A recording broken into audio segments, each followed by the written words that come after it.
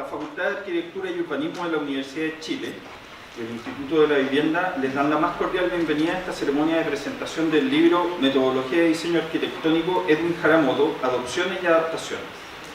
Encabezan esta ceremonia el decano de la Facultad de Arquitectura y Urbanismo, profesor Manuel Amaya Díaz, y el director del Instituto de la Vivienda, doctor Ricardo Tapia Cerrico.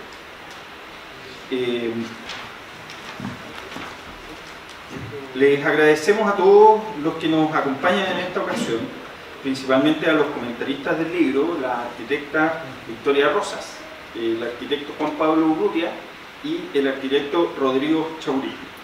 Y en especial a la moderadora de la ceremonia, la doctora Mariela Gaeta Reyes, académica de Lima. Metodología de Diseño Arquitectónico Edwin Haramoto, Adopciones y Adaptaciones, de los editores Mariela Gaeta Reyes, Paola Gironi y Ricardo Tapia Cerricueta, editado por Aldea Editorial, busca ser una contribución para el estudio del diseño en el campo urbano habitacional. La metodología desarrollada por el connotado arquitecto y académico Haramoto fue pensada como un proceso iterativo y, en este sentido, puede relacionarse y complementarse con enfoques proyectuales actuales de la arquitectura. En tal sentido, a través de este volumen, el Instituto de la Vivienda honra la memoria de su fundador y busca resaltar su aporte al debate con los diversos actores que son coproductores del hábitat, hacedores e implementadores de políticas, investigadores, organizadores y habitantes. Para dar inicio a este acto, nos dirigirá unas palabras el decano de la Facultad de Arquitectura y Urbanismo, profesor Manuel Amaya Díaz.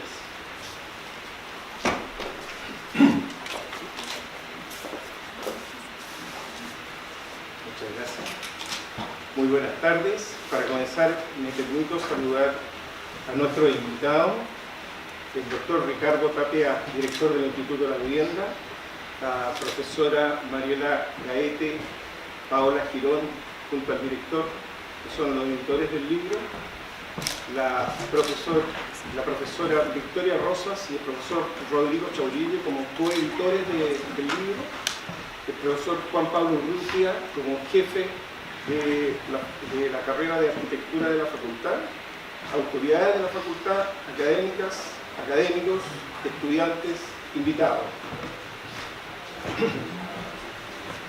Como decano de la Facultad de Arquitectura y Urbanismo de la Universidad de Chile, es un gran honor abrir este lanzamiento y presentación del libro, comilla, Metodología de Diseño Arquitectónico Edwin Haramoto, Adopciones y Adaptaciones.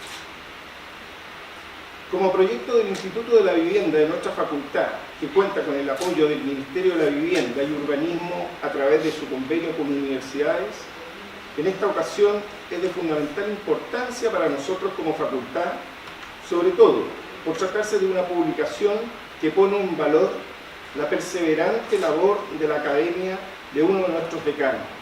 Me refiero al profesor Edwin Haramoto, quien además fue uno de los cofundadores del Instituto de la Vivienda, el que ha posicionado a nuestra facultad en la discusión de políticas adicionales para nuestro país. La Facultad de Arquitectura y Urbanismo, que actualmente lidero, tiene un compromiso sólido con el debate, la discusión, la generación de conocimiento y enseñanza sobre la producción de la ciudad y el hábitat residencial. Por lo que esta presentación nos enorgullece y recuerda hacia dónde debemos enfocar nuestros esfuerzos como comunidad académica. Primero que todo, me gustaría referirme al arquitecto al cual hace honor esta publicación. Edwin Haramoto, nacido en Kobe, Japón, en 1932, vivió parte de su adolescencia en Hawái para llegar posteriormente a Chile, donde decide ingresar a la Escuela de Arquitectura en el 1951. En ella destacó como estudiante, vinculándose a la docencia tempranamente desde antes de egresar. Luego se inició como académico en nuestra facultad, donde resaltó como investigador y profesor de taller arquitectónico. Recordado son todos sus esfuerzos por estudiar la vivienda para grupos vulnerables e influir en la política pública para generar un real impacto social desde la academia. Funda el Instituto de la Vivienda en 1984. y sobresale como investigador y consultor en materia de vivienda. Llega a ser decano de nuestra facultad entre 1990 y 1994, posición en la que, entre otras cosas, es recordado por hacerse cargo personalmente de aquellos estudiantes rezagados en el proceso de titulación, demostrando con humanidad y humildad que su posición de decano no lo alejó de su permanente labor docente. Luego de haber formado generaciones de arquitectas y arquitectos con profunda convicción en materia de habitacional y compromiso social, fallece sorpresivamente el 2001. Su legado nos ha iluminado y seguirá guiándonos en el estudio de la vivienda, la que él mismo notablemente definió, comillas, como un proceso en torno a un espacio que incluye el entorno físico, social y ambiental, en la cual se desarrolla lo esencial de la vida y alrededor del cual giran y se ordenan las relaciones humanas y todas las actividades del ser. Cierre comillas. Definición fundamental sustentada por todo su trabajo que abarcó desde el diseño habitacional en sus inicios como académico, pasando por la política habitacional, proceso habitacional, información en vivienda, formación en arquitectura, desarrollo sustentable y finalmente estudiando sobre la calidad residencial en la década de los 90. Hoy nos encontramos aquí para conversar sobre el importante legado asociado a su metodología de diseño arquitectónico, lo que se visualiza a lo largo de sus trabajos y escritos, destacando, comillas, hace un modelo de diseño conjuntos habitacionales en 1975. Otro, vivienda social en hipótesis de acción, 1984. Vivienda social, tipología de desarrollo progresivo, en 1987. Y conceptos básicos sobre vivienda y calidad, en 1998.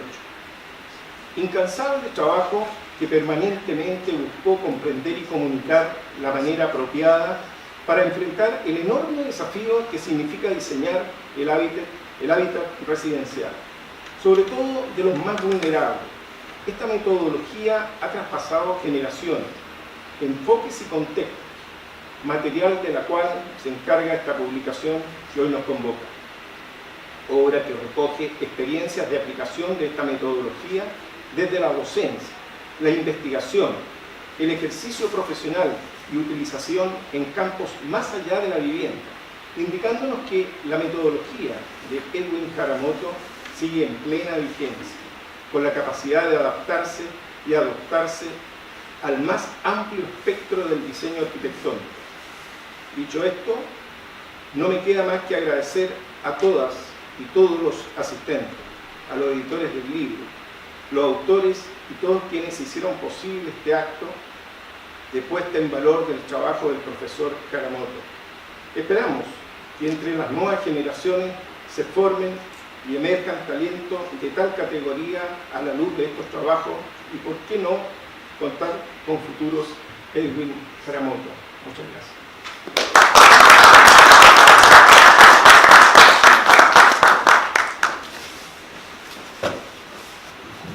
Muchas gracias, señor decano.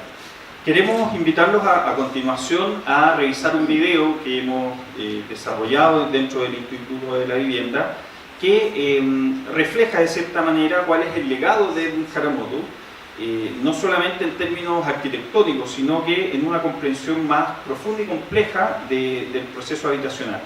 Y posteriormente pasaremos a la presentación del libro.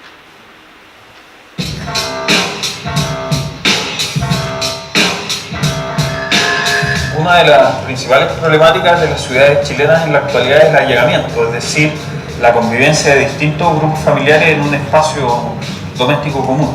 Esa convivencia, por lo general, produce un hacinamiento, sobre todo considerando las estrechas dimensiones de las viviendas sociales existentes en Chile.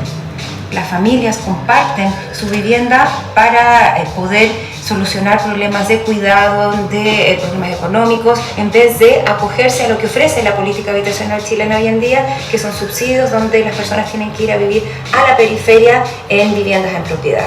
Irse a vivir a la periferia muchas veces implica vivir en condiciones quizás de propiedad, pero sin las redes y los equipamientos y los servicios que ofrece una ciudad. Edwin Haramoto fue un arquitecto destacado que se adelantó a su época. Las cosas que hoy día tenemos, los problemas que hoy día tratamos de resolver, él ya los había planteado. Uno de los principales ejemplos de cómo el pensamiento de Edwin Haramoto se plasma en los territorios es la ampliación de bloques de vivienda social que el Instituto de la Vivienda desarrolló en las poblaciones Los Quillayes de la Florida, en Santiago, a principios de los años 2000. Lo que tenemos alrededor es una ampliación de viviendas que se construyeron por allá por el año 1984-85 y que en estos momentos están ampliadas. En este ejemplo vemos las ideas de Haramoto en el sentido de que el hábitat, y dentro del hábitat la vivienda, es un proceso que está en constante transformación. Y también es un sistema porque no se entiende solamente como unidad, sino que también como entorno, como conjunto, como equipamiento. La idea del hábitat residencial supera la vivienda como objeto y presenta la vivienda como un proceso complejo de distintas escalas, vivienda, entorno, barrio, así como la relación con los habitantes y las comunidades que habitan cotidianamente el espacio. La vivienda no es un techo pero mucho más que eso, es un sistema. Y ese sistema es el que él desarrolla para poder entender que el tema es no solo de la necesidad de un programa, sino que además es un tema social que tiene que ver con sistemas de vida de la gente.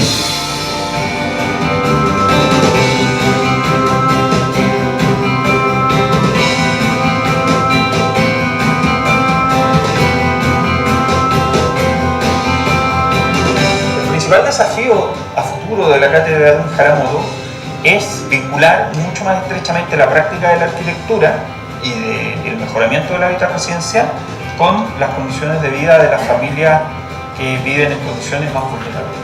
La idea de la cátedra de Edwin Haramoto es mantener el legado y las ideas que tenía Edwin, y a partir de esto tratamos de que se mantengan las ideas de calidad de la vivienda como proceso en las miradas que tenemos hoy en día sobre la vivienda social y la vivienda en general, tanto en Chile como en América Latina.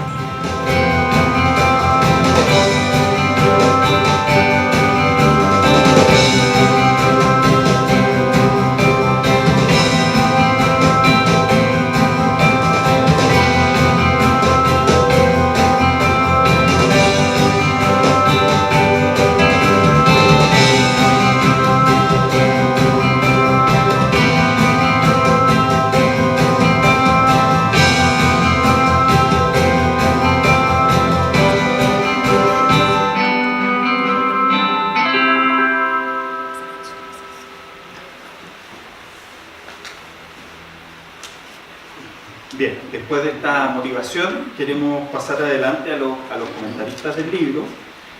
La arquitecta Victoria Rosas, el arquitecto Juan Pablo Urrutia y el arquitecto Rodrigo Chaurille, quienes conversarán con la editora del libro, la doctora Mariela Gaete Reyes, respecto de los alcances de él.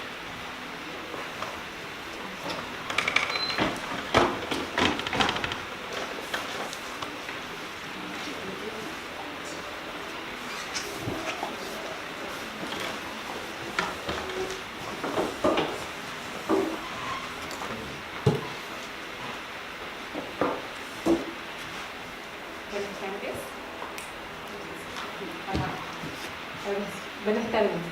En primer lugar quiero agradecer su presencia y la presencia de los comentaristas del libro. Primero habrá una breve presentación de ellos, luego les daré la palabra para que hagan su intervención y al final habrá tiempo para hacerles preguntas. Tenemos a la panelista Victoria Rosas, arquitecta de la Universidad de Chile. Ella realiza su práctica profesional en Bordeaux, es coautora del libro Su línea exploratoria se ha situado en el tópico de la inclusividad, así como y en cómo la arquitectura y la ciudad responden a esta. De hecho, ella aborda el tema de la inclusividad o la inclusión durante el desarrollo de su seminario de investigación, en el cual aplica la metodología de Edwin Haramoto para analizar arquitectónica e integralmente la percepción de accesibilidad en un inmueble de carácter público. En segundo lugar tenemos a Juan Pablo Urrutia, él es arquitecto también de la Universidad de Chile, Master of Public Administration, Public Policy and Management de la London School of Economics and Political Science de Reino Unido. Juan Pablo se ha caracterizado por su interés en la docencia de la arquitectura y en la vivienda social, y actualmente es jefe de carrera aquí en la Universidad de Chile. Por otro lado tenemos a Rodrigo Chaurille, que es también arquitecto de la FAO, máster en arquitectura de la Universidad Politécnica de Cataluña, es profesor del taller de arquitectura aquí en la FAO, coautor del libro, y comienza su carrera docente como ayudante del taller de Edwin Haramoto en cuarto semestre, y desde allí ha sido profesor de taller en varios niveles, incluyendo título. Actualmente es profesor nuevamente del taller de cuarto semestre, y en sus talleres ha aplicado la metodología de Edwin Haramoto, así como en su quehacer profesional como arquitecto diseñador de proyectos de vivienda social. Entonces, bueno, en primer lugar le doy la palabra a Juan Pablo.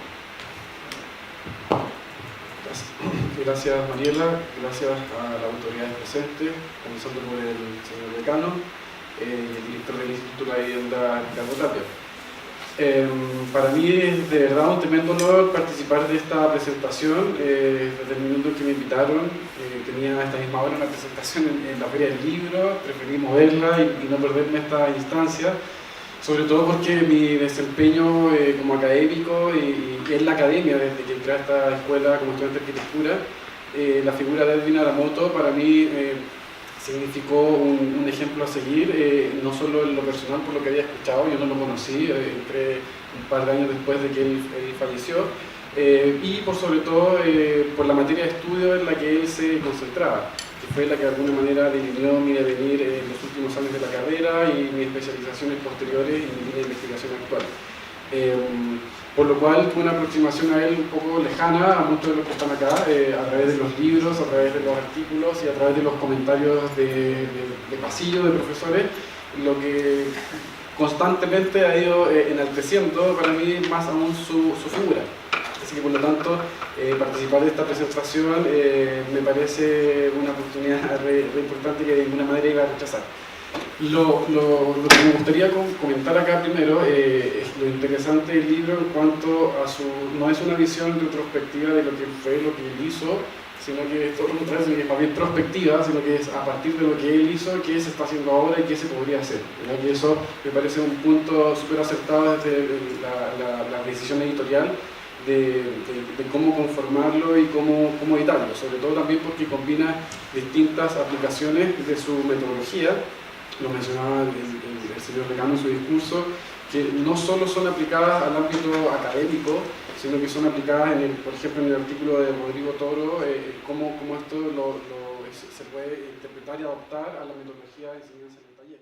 En el artículo de Luis Itorra y Consuelo Morales, cómo en el ámbito profesional también esto se puede adaptar y manifiesta una vigencia plena en los problemas contemporáneos de la vivienda social, de la vivienda colectiva, de la vivienda para grupos más vulnerables. Entonces, también está el artículo de la editora aquí presente, Mariela Gaete Reyes, en donde hay una adaptación a un enfoque de investigación sobre el hábitat residencial. Entonces, ahí uno se va dando cuenta que esto no solo tiene un valor contemporáneo y una aplicabilidad ante los problemas actuales, sino que también desde distintas aristas, desde la docencia, desde la investigación, desde el ejercicio profesional y sobre todo en los últimos artículos, en los últimos 3 o 4, donde se implementa esta metodología en ámbitos que van más allá de los conjuntos habitacionales y de la vivienda social o del objeto vivienda o del hábitat residencial, sino que está el artículo de aquí presente que lo va a mencionar mejor tú, yo creo que tiene que ver con un estudio de accesibilidad del GAM o el de unas comunidades rurales erradicadas en la cuarta región, el capítulo anterior, y se me está olvidando alguno, pero eso también demuestra que la metodología no solo es actual, no solo es aplicable en los distintos ámbitos dentro de la academia, en el ejercicio profesional, sino que también en objetos de estudio que van más allá de la vivienda, lo que lo hace más interesante aún, porque Aramoto se lo ha caracterizado como alguien asociado específicamente y circunscrito solo a la vivienda. Entonces eso me parece el primer punto interesante. Lo segundo es que, a pesar de que son aplicaciones actuales de su propuesta metodológica, uno puede entender y se va explicando la metodología que él propone a través de estos distintos enfoques. O sea, uno podría estudiar la metodología que propone Dino Aramoto a través de las aplicaciones actuales sin tener la necesidad de ir a los documentos escritos y artículos de los 80 y principios de los 90 donde manifiesta y plantea esta metodología. Así que eso también es interesante, cumple una doble función. De ese punto de vista editorial me parece destacable del libro. Lo primero, yéndonos al contenido, y es porque creo que tengo 8 minutos, ya me tomé 4, tiene que ver con una necesidad que fue latente en general y a nivel global en los arquitectos en la primera mitad del siglo pasado, de cómo objetivizar, cómo quitarle lo subjetivo, más que quitarle, cómo llevar eso que es subjetivo en el ejercicio profesional y en la práctica académica de la arquitectura a un discurso más racional que pueda ser comprendido por otros. Eso fue un tenor en la primera mitad del siglo pasado y que en el caso nuestro lo recoge el profesor Edwin Aramoto, tratando de sistematizar los procesos de diseño que sin embargo y sin duda siguen siendo para algunos todavía una caja negra. Constantemente se discute de ellos, de cómo debiésemos enseñar el diseño, cómo se diseña, cómo si hay alguna receta o no. Esta escuela recientemente pasó por una discusión que duró 9 años, haciéndonos la misma pregunta y que derivó en el nuevo plan curricular que se está implementando hoy día. Entonces, es una discusión que no es fácil, que no es extemporánea. Tuvo un punto álgido, como lo mencioné en el siglo pasado, y en el caso nacional, Edwin Aramoto lo recoge a través de una metodología que él diseña, imagino, yo supongo, para enfrentar esos problemas que impedían al arquitecto inmiscuirse o influir en otros círculos más allá de la arquitectura. Entonces esta metodología, que se compone básicamente de 2 elementos, que es el método y la tipología. El método entendido como la aproximación racional, o sea, desde ahí está esta idea de cómo racionalizamos estos procesos creativos que son intuitivos y a veces son inconscientes, los racionalizamos para poder transmitirlos a otros con quienes necesitamos trabajar y necesitamos de alguna manera hacer trascender estos conocimientos. No es desconocido su interés por las políticas públicas. Él no solo fue un académico, sino que también, como se mencionaba, ofició de consultor, de manera tal que toda la generación de conocimiento, su enseñanza y su vínculo con el medio la ejercía de una manera para influir en la política pública. Entonces, ¿qué necesitó para hacer eso? Y esta es la deducción que yo saco, en el fondo fue establecer una metodología y racionalizar su proceso de diseño, de análisis y de comprensión del habitar y de la vivienda. Entonces ahí es donde aparece esto del método y las tipologías. Las tipologías, que es un concepto que se utiliza en política pública para brindar soluciones habitacionales a las familias más vulnerables.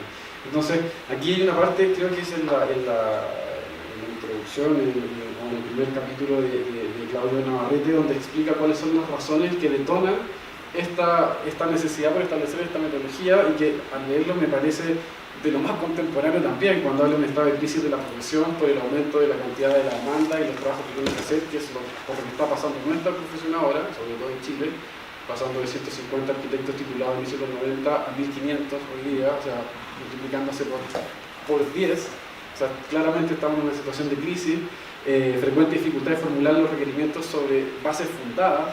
Todavía la disciplina y la profesión adolece de argumentos lo suficientemente objetivos para que también sean comprendidos y validados por otros.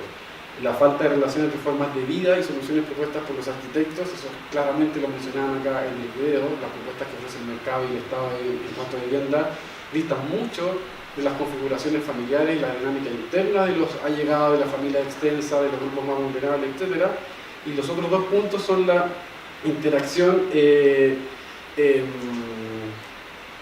entre la razón de ser y el valor simbólico de la vivienda y el producto que los arquitectos ofrecen, que también hay una constante crisis que aún no es resuelta. Entonces parece extremadamente contemporáneo los planteamientos, las motivaciones, las propuestas que hace Elena Haramoto en su metodología y que tienen mucho que ver con los dilemas de la profesión. Creo que prefiero ampliar la mitad, pero prefiero extenderme después para responder preguntas específicas que me hicieron, que cómo aportaría esta canción. Así que prefiero partir por ahí y luego continuar. Muchas gracias, Juan Pablo. Ahora, Victoria. Hola, buenas tardes. Bueno, obviamente comparto todo lo que acaba de decir Juan Pablo. Me parece muy interesante el análisis y sobre todo cada capítulo de este libro lo hace un poco más humano quizás la metodología, porque por lo menos a mí me pasó cuando tuve que realizar la investigación que todo me parecía un poco complejo en la aplicación que yo le iba a dar, que era al desarrollo de análisis de un edificio y su accesibilidad. Entonces tuve que también cambiar un poco los procesos que producía y que propuso Edwin Haramoto en su metodología.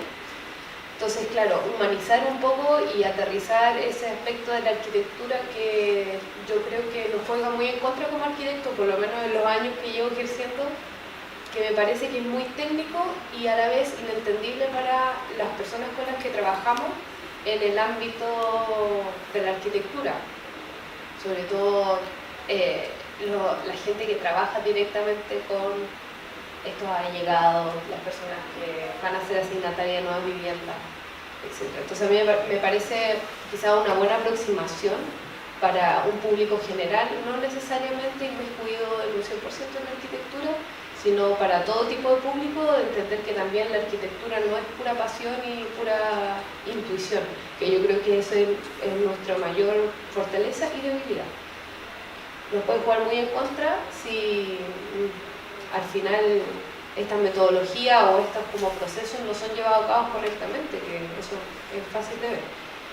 Pero a mí personalmente eso es lo que más me ha llamado la atención del libro, que un poco trata de aterrizar todos estos procesos y ejemplificándolos y también diversificando toda la enseñanza que dejó Edwin Haramoto y que obviamente siguen siendo de lo más fundamentales para los tiempos que se viven hoy día, las crisis, ante todo de las nuevas migraciones que se producen, de todo este proceso que vamos a seguir viviendo en muchos años más.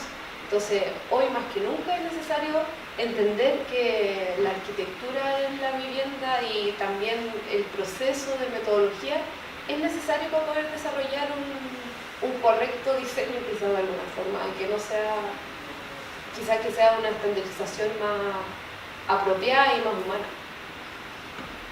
La segunda pregunta... No sé si teníamos la misma. Sí teníamos, ¿no? Relevancia del libro.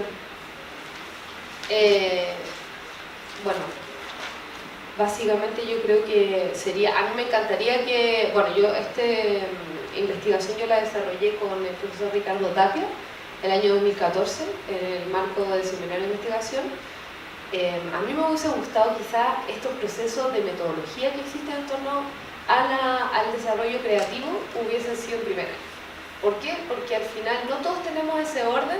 O sea, yo no sé si lo tengo claro todavía, pero en ese minuto uno necesita una mano que te aclare muchos procesos, que no sea tan, que deje, o sea, que obviamente una lucha constante de la objetividad de la arquitectura, pero también entender que son procesos. Yo creo que eso quizás es la mejor herramienta que habría que desarrollar en un futuro, ya sea como estudiante o a través de este libro, de esas metodologías, cómo se pueden ir aplicando en los talleres, como el capítulo que habla el profesor Martino Toro. Y en realidad sería muy interesante una especie de experimento mucho más global que documentara toda esta especie de metodología que existe en torno a los talleres, porque yo como estudiante al final es una elección de cada uno qué taller tomar, qué línea seguir, cuando en realidad a mí me hubiera gustado tomar no solo todos los talleres y todas las visiones, sino también todos los cursos, y que todo eso permitiera que mi formación fuera un poco más equitativa con la de mis compañeros, porque al final era tope de horario y ya no podía tomar los mismos cursos. Pero también es importante porque yo creo que es una de las debilidades como estudiantes, que nosotros salimos de la universidad y no estamos preparados para trabajar con otras disciplinas, lamentablemente. Entonces eso sería algo a reforzar como a través de la metodología del diseño. Muchas gracias, Victoria.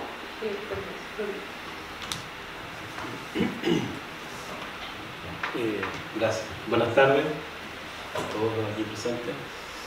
Yo la verdad que no quería hablar del libro porque el libro lo van a leer todos, entonces quería saltarme un poco la parte más descriptiva del libro, aprovechando que tal vez de los tres panelistas soy el que convivió con Edwin directamente, digamos, aquí junto con Claudio, que fuimos parte del taller con Edwin Aramoto y que seguramente compartimos algunos recuerdos más de algunos.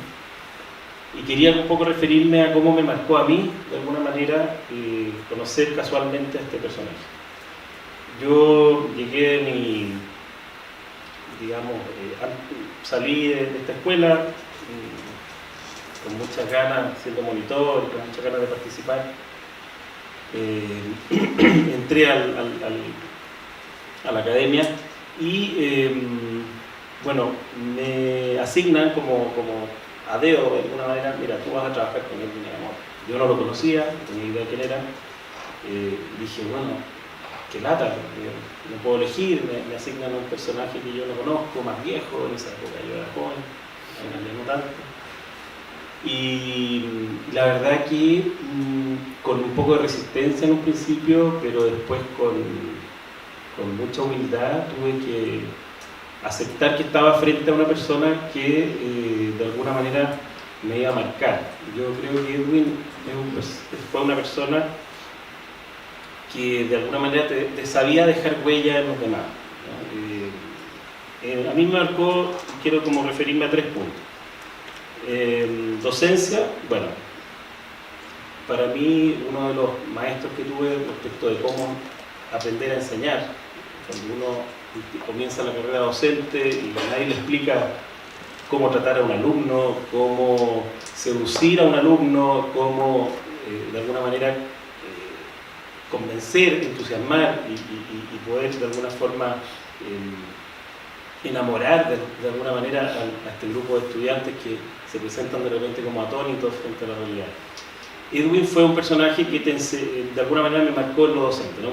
Me hizo aprender que la humildad, la dedicación hacia el estudiante, la importancia, que lo importante es el estudiante, no uno, y que de alguna manera no dejar nunca a ningún alumno atrás. Yo creo que eso fue un mensaje que Edwin siempre transmitió a sus talleres, ¿no? También lo nombró aquí el decano cuando se refería a cómo él se hizo cargo de los alumnos rezagados, ¿no? Yo lo viví eso y es verdad. O sea, Edwin no se preocupaba de los mejores, dejaba a lo mejor que los ayudantes nos preocupáramos un poco de los que estaban mejor, y él se encargaba de los más problemáticos, de los que tenían realmente problemas, de los que no habían entendido, etc.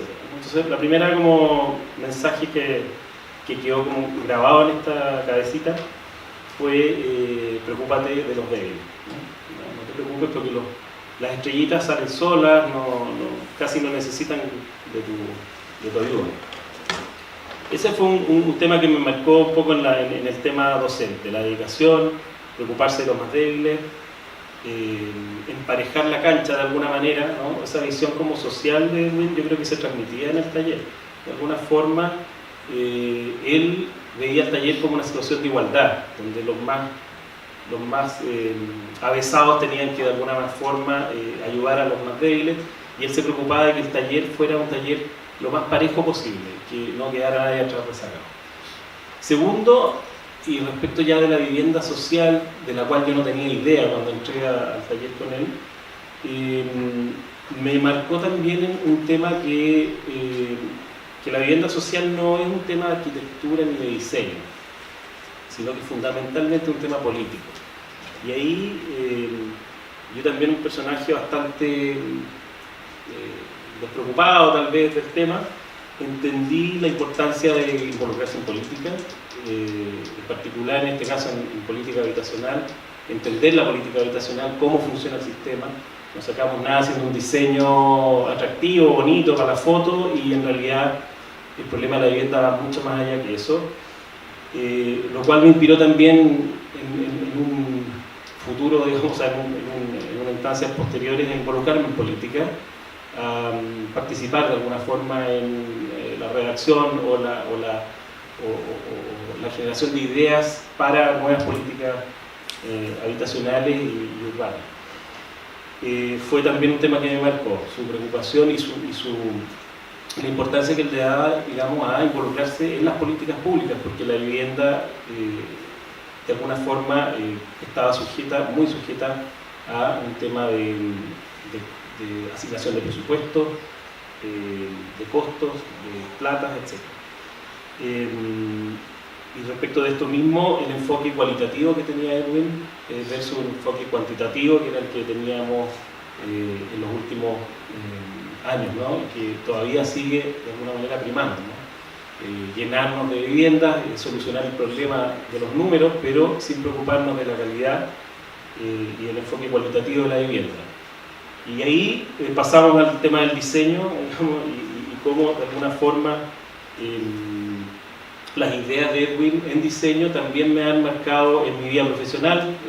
Hemos intentado con mi oficina, con Beatriz Stager, mi socia, de preocuparnos del tema de la vivienda, no necesariamente vivienda social, como se entiende, digamos, vivienda de subsidio, pero vivienda en diversos ámbitos, ¿no?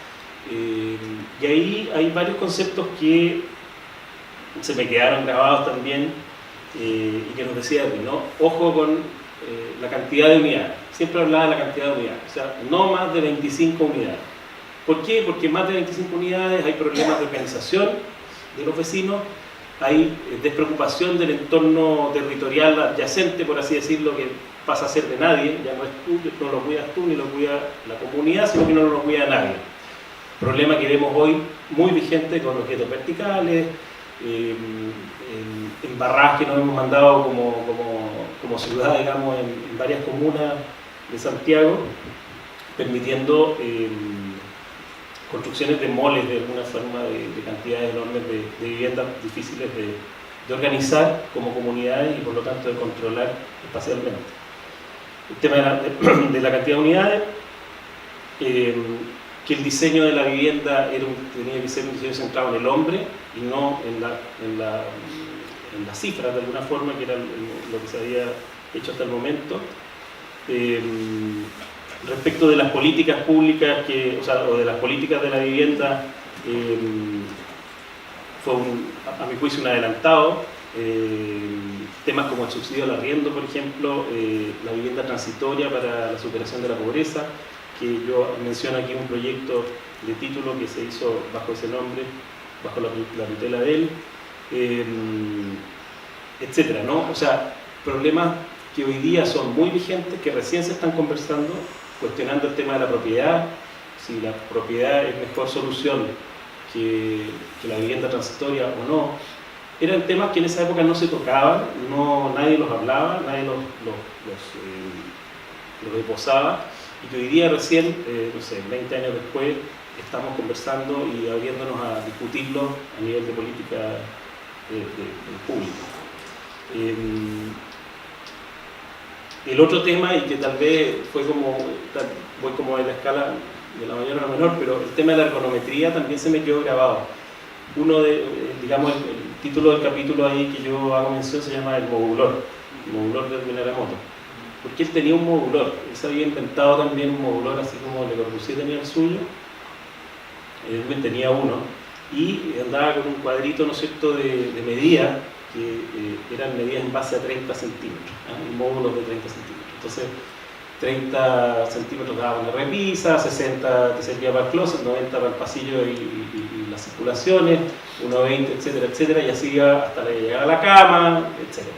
Entonces, cosas tan sencillas como esa, ¿no? Como hacerse una especie de modulor dibujado, ¿no? con la econometría de las piezas que uno trabaja normalmente en la vivienda, que me parecen de un valor enorme, porque creo que a mí personalmente se me quedaron grabadas. De hecho, todo lo que diseñé después y lo que he diseñado ha sido casi como la espada de Damocles, ahí 30 módulos de 30, módulos de 30, y la verdad es que funciona, les digo que funciona.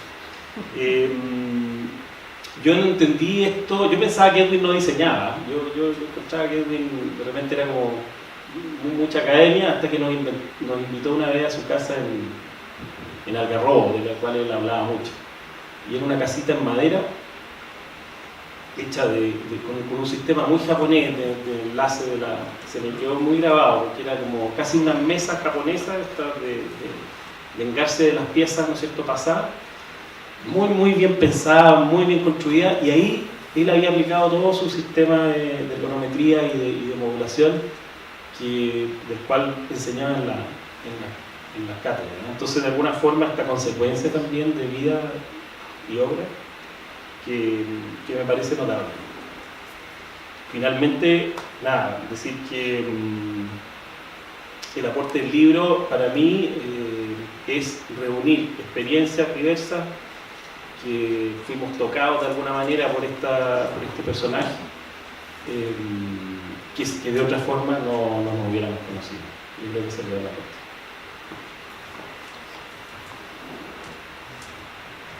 Muchas gracias, Rodrigo, Juan Pablo y Victoria.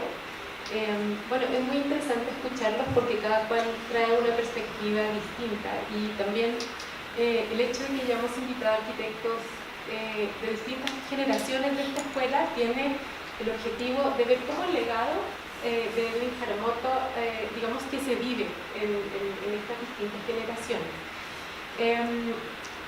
Como que de las tres intervenciones podemos, digamos, que sintetizar. O sea, una de las cosas que me llama la atención es que los tres destacan que la metodología y el enfoque que tenía Edwin Haramoto acerca de alguna manera a los habitantes a la arquitectura, y que dentro de la metodología que él propone, el habitante es el centro, ¿verdad? Es como los tres han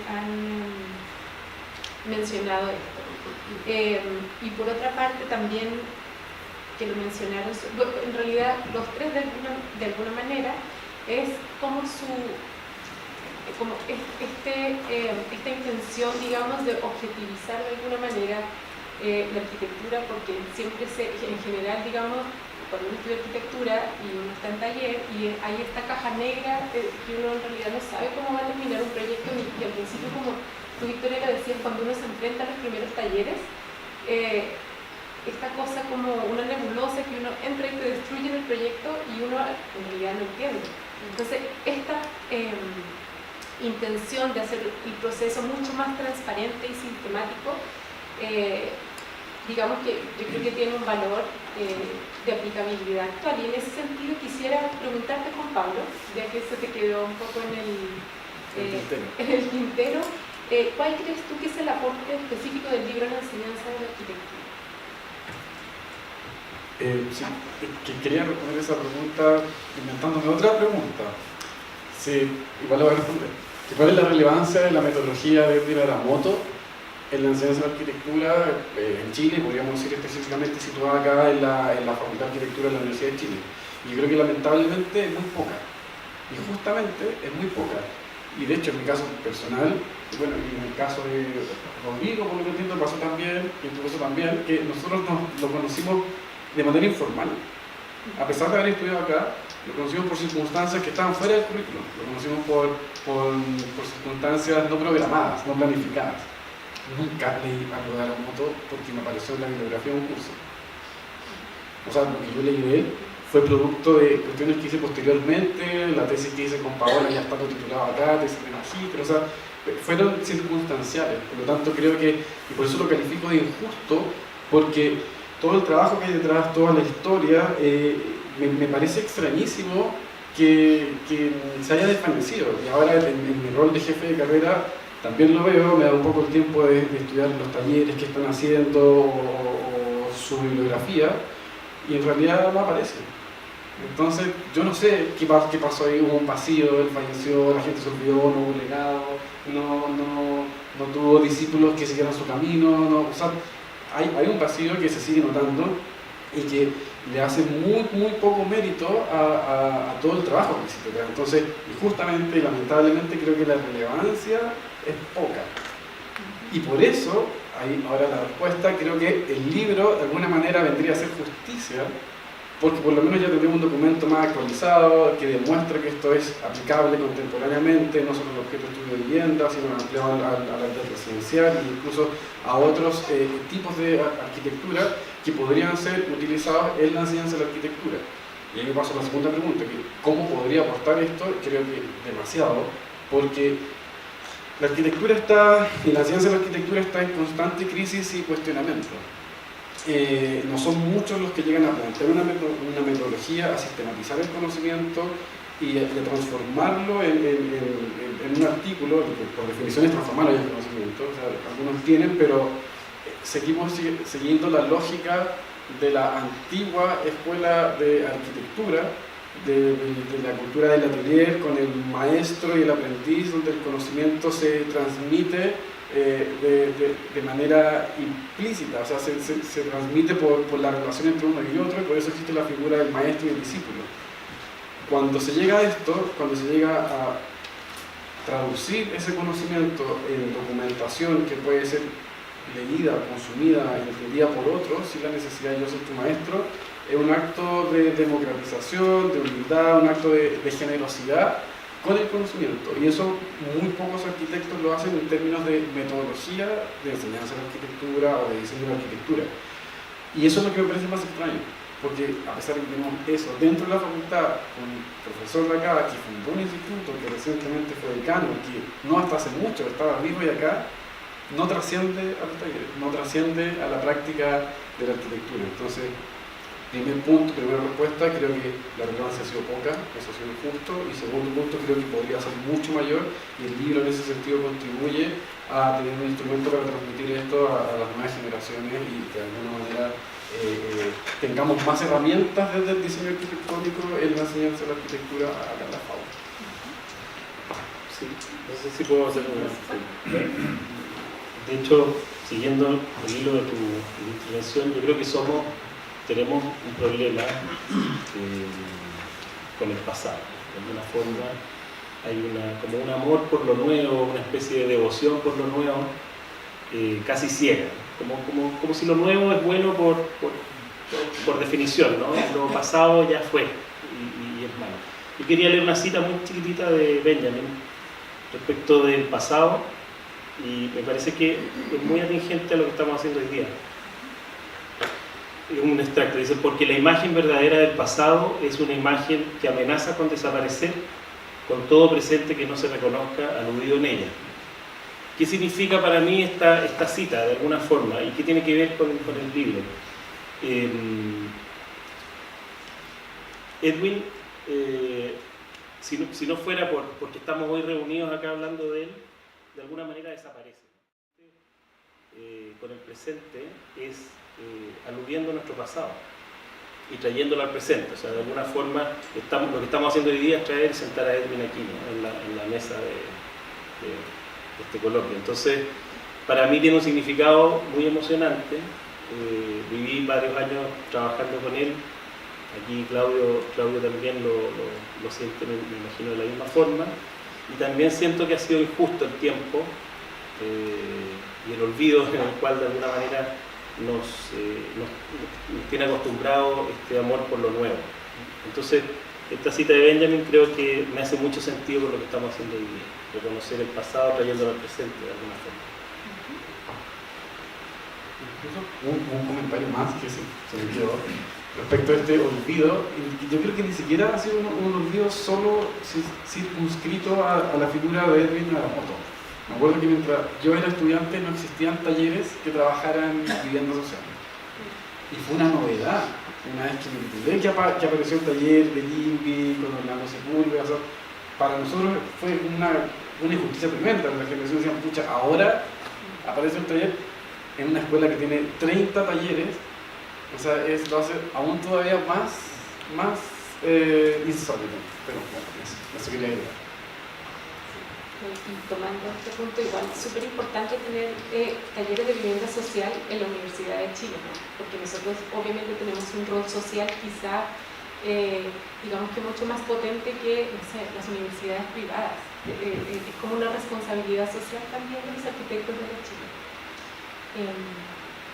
Victoria, me gustaría saber, tú que eres, digamos que la más joven del panel, y que, bueno, te graduaste hace poco, pero igual digamos que a través de Ricardo conociste quizá la metodología, o sea, conociste a Edwin Haramoto. ¿Qué influencia tiene? Porque tú hablabas digamos que del esfuerzo por sistematizar, por hacer una metodología que era como sistematizar información, también tener como bases como fundadas, ¿no? para el desarrollo de la arquitectura. Digamos que qué influencia tiene esto en tu carrera hoy en día, como en tu trabajo en la Municipalidad de Colina, que comentabas antes? Bueno, o sea, yo creo que en parte el seminario de investigación que realicé con la guía del profesor Ricardo Tapia, en realidad vino un poco a sintetizar estas dudas que surgieron durante el proceso académico, un poco como obviamente aclaratorio mediante la metodología, y sobre todo lo que a mí en ese minuto era lo que más me interesaba, que era el tema de la nueva ley que había salido de la inclusión y la accesibilidad, que claramente tuvo muchos errores y se vio, y a principios del año pasado me parece que salió la DDU corregida, muy explicada, de casi 30 hojas.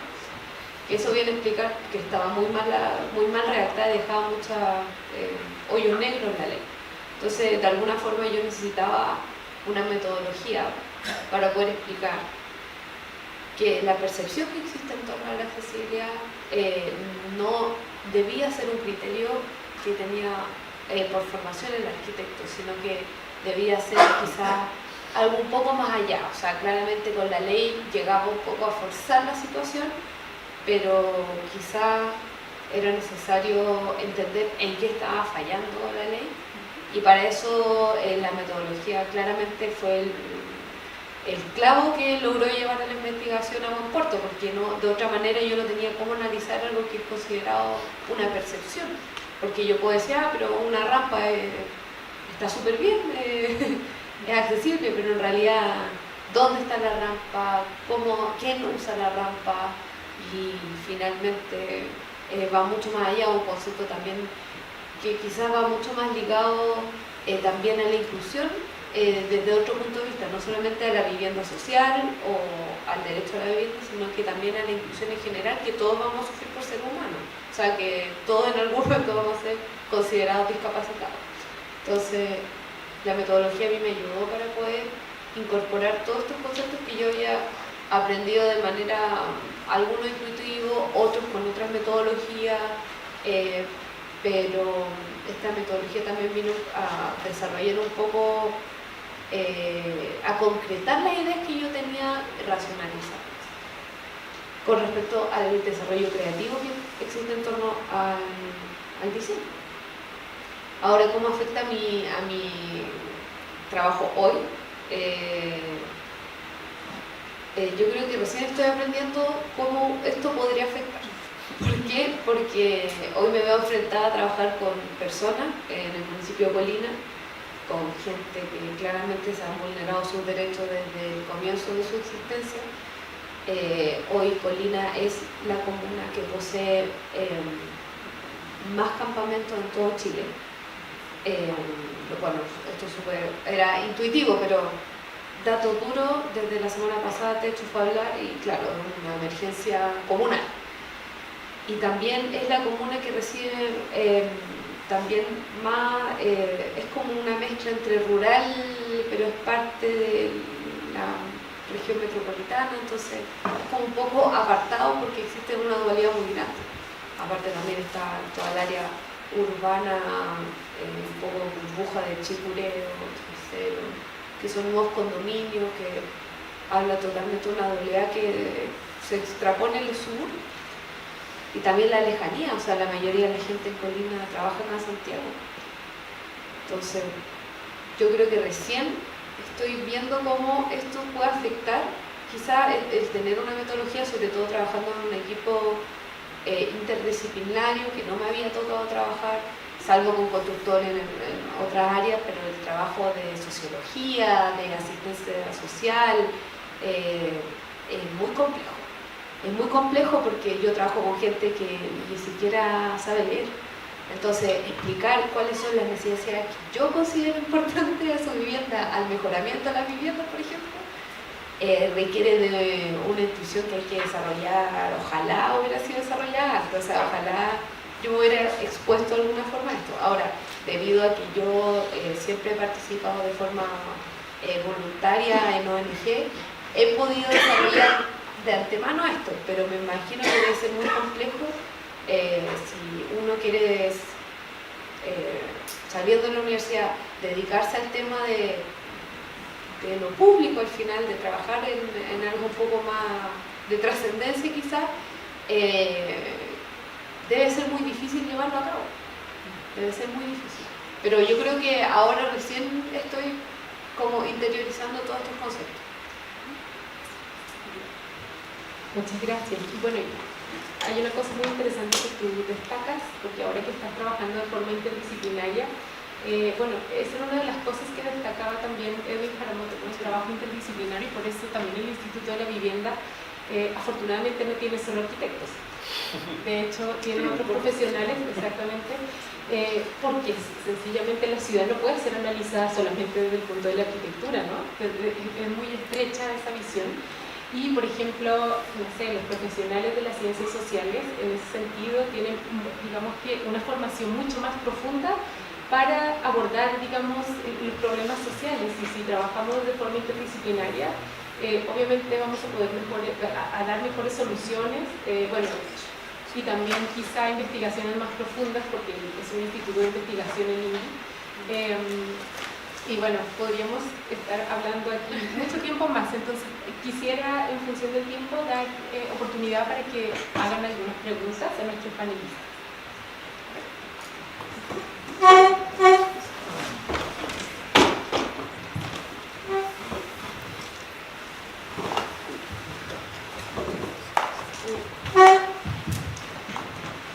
Buenas tardes.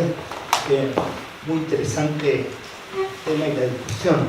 A mí me toca harto porque yo, la verdad que, como decía Rodrigo, conocí mucho a él de muchos años, fuimos amigos desde que yo me recibí, lo conocí también con esa personalidad que tenía tan cerrada, hermética, pero finalmente, bueno, ya fuimos amigos, diría yo, bastante cercanos. Y yo siempre he impresionado por lo mismo que hablan todos los panelistas de la personalidad de él y del conocimiento.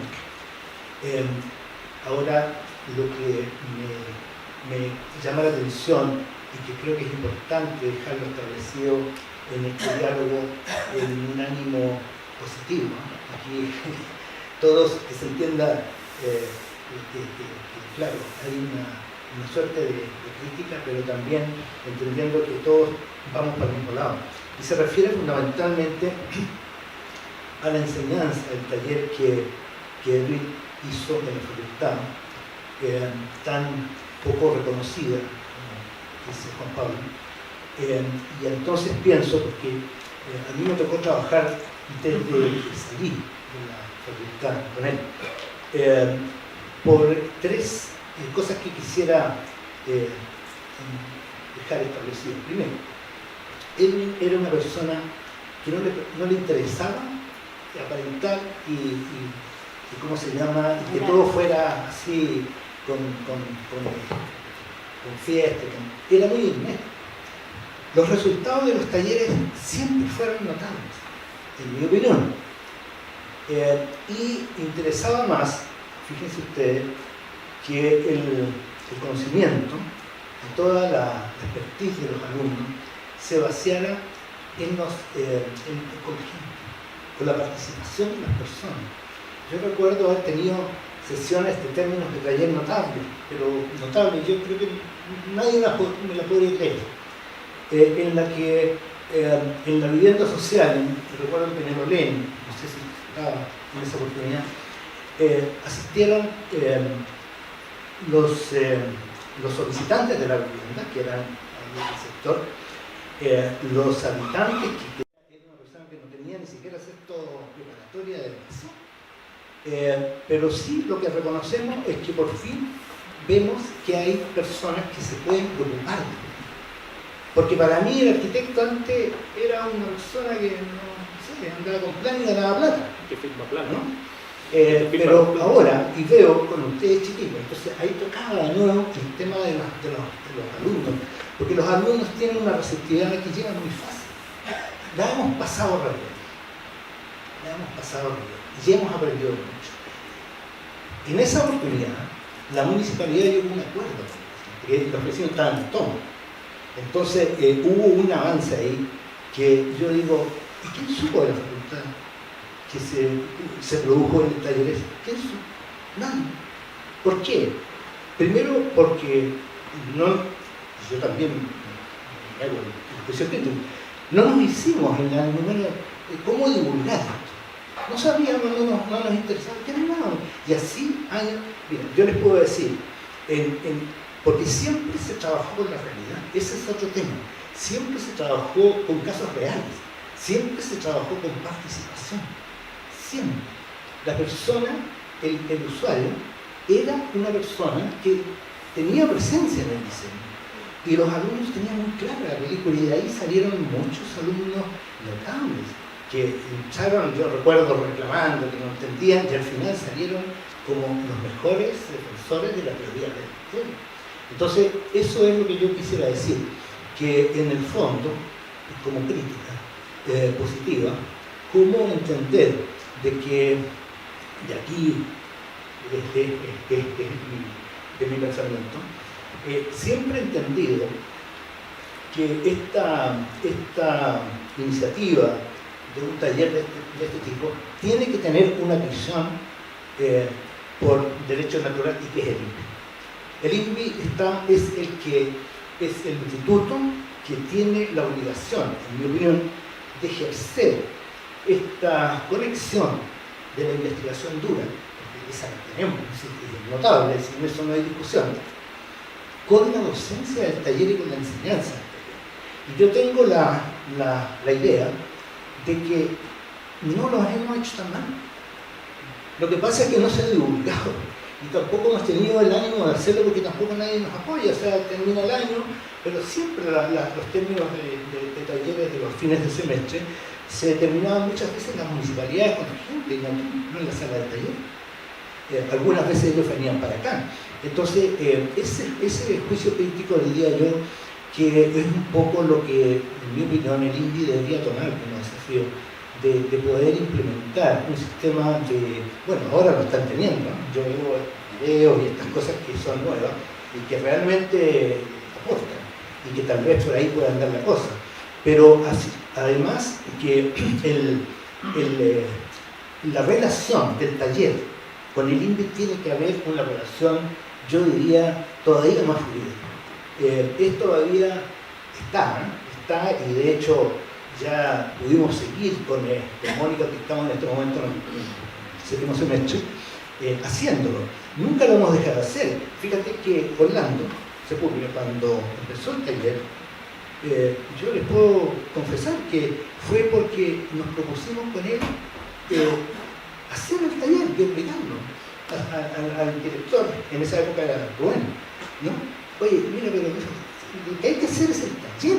Y entonces así Pilar Barba nos aceptó y de ahí partimos por los 10 años con Orlando Sepúlveda, si de otra manera no habría sido posible. Entonces esa es la cuestión que yo diría que a lo mejor, claro, uno tiene poca vocación de esas cosas y tal, pero por otro lado, es una responsabilidad también no cumplida, pero por otro lado yo creo que esto debería ser mucho más institucionalizado, porque el tema es gravital, el tema es fundamental. Yo creo que hoy día, como decía Mariela, es la Universidad de Chile la que tiene la obligación de llevar este tema y creo que, mira, a lo mejor muy poco, pero se ha seguido llevando de alguna manera, poco conocida seguramente, pero que ha estado ha estado, salvo algunos años que fueron años duros, que no se pudo hacer nada, y que, bueno, están... Eso. ¿Alguien más? Sí, pues hablo fuerte. Ya. Dos, tres ideas. Una, ¿entre qué años estuvo Haramoto acá en Chile? ¿Y cuánto tiempo estuvo acá en la Universidad de Chile? Después, lo otro, aparte del vestido de docencia, ¿qué otras más se pueden ver como no Universidad de Chile, digamos yo? Alguna obra, algo para poder apreciar. Y la otra que era, ¿hay otros libros que hablen sobre Haramoto? ¿Qué ideas? Bueno, o sea, él... Aparte de un poco de la vida de igual escuchan. Al menos hasta donde yo sé, desde el año 51 hasta su fallecimiento en el año 2001, vivió en Chile. Y él, desde que entró a estudiar arquitectura, él continuó la carrera académica una vez egresado, o sea, siempre estuvo en la universidad. Me da la impresión que su permanencia en la universidad es equivalente a su permanencia en Chile. Él se destacó, él realizó durante 38 años el taller de diseño arquitectónico. ¿Cuántos años? 38 años. Sí. Durante 38 años hizo ese taller, naturalmente combinándolo con guías de proyectos de título, con guías de tesis, con cursos de composición, con cursos de teoría de arquitectura y cursos de representación gráfica. Hasta donde yo sé, eso es el ámbito donde él se movió, pero donde más destacó fue lo del taller de arquitectura. Las publicaciones de él, como autor o coautor, no sé, al menos unas 40 por ahí de ese orden. Libros sobre él, hay mentiría, no sé cuánto habrá, pero me imagino deben haber. ¿Cómo ocurre la solapa del libro? Y hay un centro de documentación que se llama Edwin Haramoto, que están todos los documentos, toda la información que hay sobre el Instituto de la Vivienda y lo que se generó está en el centro de documentación que se llama Edwin Haramoto. Y además por eso creamos la cátedra de Edwin Haramoto para poder permanecer, para poder continuar con ese legado, y ha sido un trabajo también, Rodrigo es parte del comité, ha sido un trabajo de hartos años y hemos premiado a las personas que nosotros pensamos además que siguen con ese legado. Son personas destacadas en el ámbito chileno e internacional también, así es que es eso lo que hemos estado tratando de hacer. El Instituto de la Vivienda funciona con ese legado, pero lo que hemos tratado también de hacer es ir más allá de lo que Edwin generó originalmente. No sé, Ricardo, lo que... Sí, queríamos destacar tres publicaciones, una que se llama Vivienda Social, Tipología de Desarrollo Progresivo, que él hizo con otros colegas en el 87. ¿Cuánto? 1987. El famoso libro rojo, el de la metodología de Edwin Haramoto. Tenemos Vivienda Social, una hipótesis de acción, y tenemos el volumen 16 de la revista INVI del 2001, que es un especial de Edwin Haramoto. Y también hay otras cosas más, como dice Paula. Sí, en la solapa del libro, con el código QR, tú aplicas y te deriva el link a las publicaciones, están todas en digital. Son públicas, son para todo el mundo. Así que ahí hay una ruta para seguir leyendo, digamos, más de Haramoto. Entonces, especialmente fue docencia. Sí, docencia e investigación. Y también tuvo un rol muy importante en la universidad. Fue decano en la Facultad de Arquitectura, pero también tuvo un rol muy importante a nivel de universidad, fue parte de comités importantes en la Universidad de Chile, así que fue muy reconocido como parte de la universidad. El hijo de Edwin también nos colabora mucho en la cátedra y en el legado que estamos tratando de mantener.